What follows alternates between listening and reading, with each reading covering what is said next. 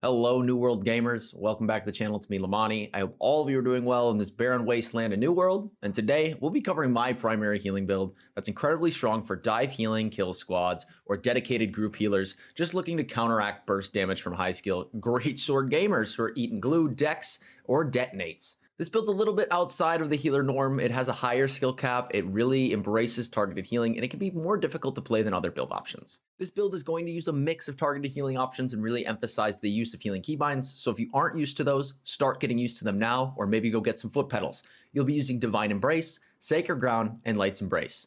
With the way that this is built, it's really going to focus on single target output and counteracting the current burst damage meta. You can effectively top off your allies, but also look to heal outside your group through toggling your group healing keybind.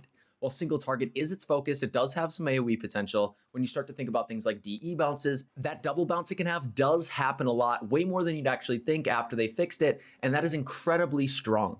LE will also heal multiple targets when stacked on top of each other, and it's going to happen more frequently than you'd expect. Sacred Ground can also be freely placed on clump fights for additional AoE support, just like you're an AoE healer, if you don't need to dedicate Sacred Ground to your group. So you can use it to just pump up some extra healing for your team. Your secondary weapon options are very limited in a build like this.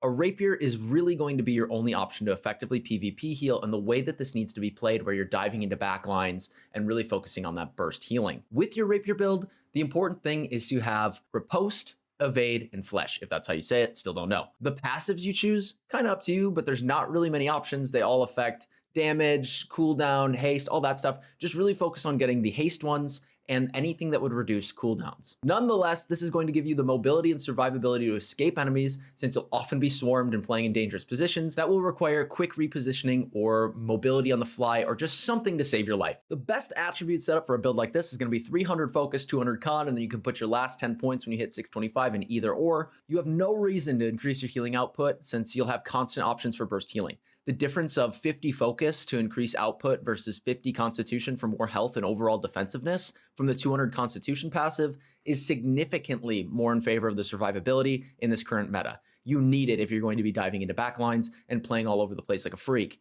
This is just the standard for PvP healing in wars. Now let's talk perks and gearing options, starting with the life staff. We're going to be using on our life staff Refreshing Divine Embrace, Blessed, and Refreshing Move. This is just going to be the glowing crystal life staff out of Dynasty Shipyard from the mutated version. Your Rapier, I like using Refreshing Flesh, Keen Speed, Keen as a BIS option. You can also use Sundering Riposte. On your actual gear, we'll be looking for Resil, Refreshing, Freedom, Shirking Fort, and we also always need Shirking Energy when playing in light, which will go on our pants.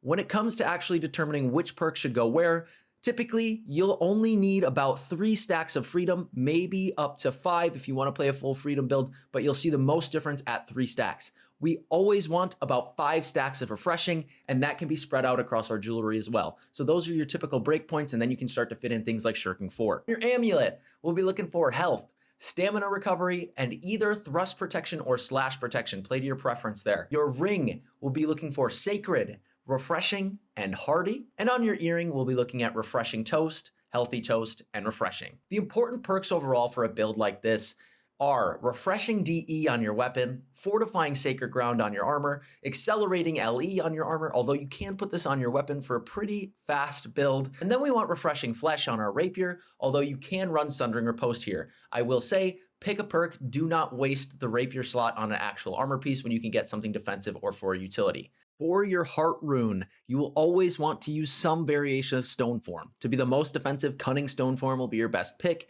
If you want one that adds some self-healing instead of maximum defensiveness, you can use Stalwart Stone Form. Stalwart can be a nice universal option, as you can use it in some damage builds too. When it comes to gems, typically I like to play in a 20-10-10 split. You'll play 20 Thrust or 20 Slash, whatever you prefer to take on your amulet. 10 Physical and 10 Elemental.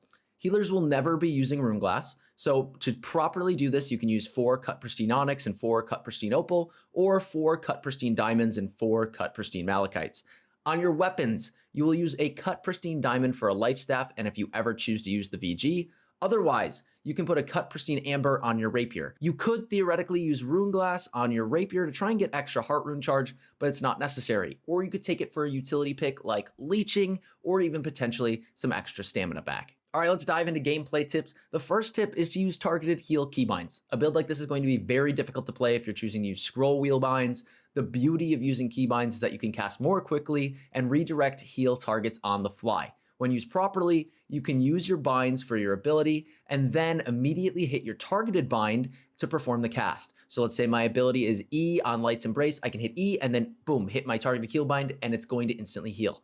If you have keybinds, you can also change your focus target in the middle of a cast to quickly adjust who gets the heal. If you're fast enough, you can even do this with Sacred Ground and use it to heal targets who are not in line of sight at times. The second tip is cooldown usage and ability decision making. You can freely cast LE to top off targets or anybody who is above 50% health. This is always going to be beneficial since it'll give stamina back and provide a long haste buff as long as it heals for any amount, even if it's only like 10 health. You should not use DE if your target is above 50% health. Now, obviously, if it's your only option, then you surely can do so. But if you can delay and prioritize this health value just a little bit, it'll result in an instant reset thanks to refreshing Divine Embrace, and it'll bounce to another target. Next, get used to precasting and cancel casting. So something that's very important in a build like this is quick reaction time. So what you do is you begin a cast, and then you right click, or you can block to stop it, or you can dodge, even though this might waste some stamina, so you have to be a little cautious with that. But in general, you start up that cast, and then you stop it if it's not needed, but then if they do take a burst, you just let it follow through. Last thing, know who to target and who to prioritize. It's obvious to say that you should focus on your group members, but also know that you should keep your eyes open and watch allies who fall below 50% health, who might just be standing right in front of you. It's a free heal to them since it's gonna just reset your DE cooldown and then still be available for your allies. You should also know, prioritize topping off healers who are outside of your group so that they can heal the rest of your army. Within your own group, know who the squishier players are. You should make sure they are always being topped off with those LEs. But a bonus tip is remember who in your group is using something like a hatchet. This can be a difference maker in very stressful fights. If you have two melee players and both are below 50% health, always prioritize the target who does not have a hatchet or who does not have Defy Death actually active and it's been burned already. Kill them first and let the Defy pop for the other player so you can keep both of them alive with DE resets. Also, just recognize that you can bounce depending on which players you're healing. So if you have those two melee, if you hit one of them, it's going to bounce to both of them. If you have two people and one is a ranged, one is a melee, it's not going to be bouncing. So just remember that. That's all, folks. I hope this helps. As always, keep on keeping on. And if you need anything, DM me on Discord, add me, let me know. Drop a comment below. But thanks for watching. Thanks for listening. And thank you to every single one of you beautiful people for being you. Peace.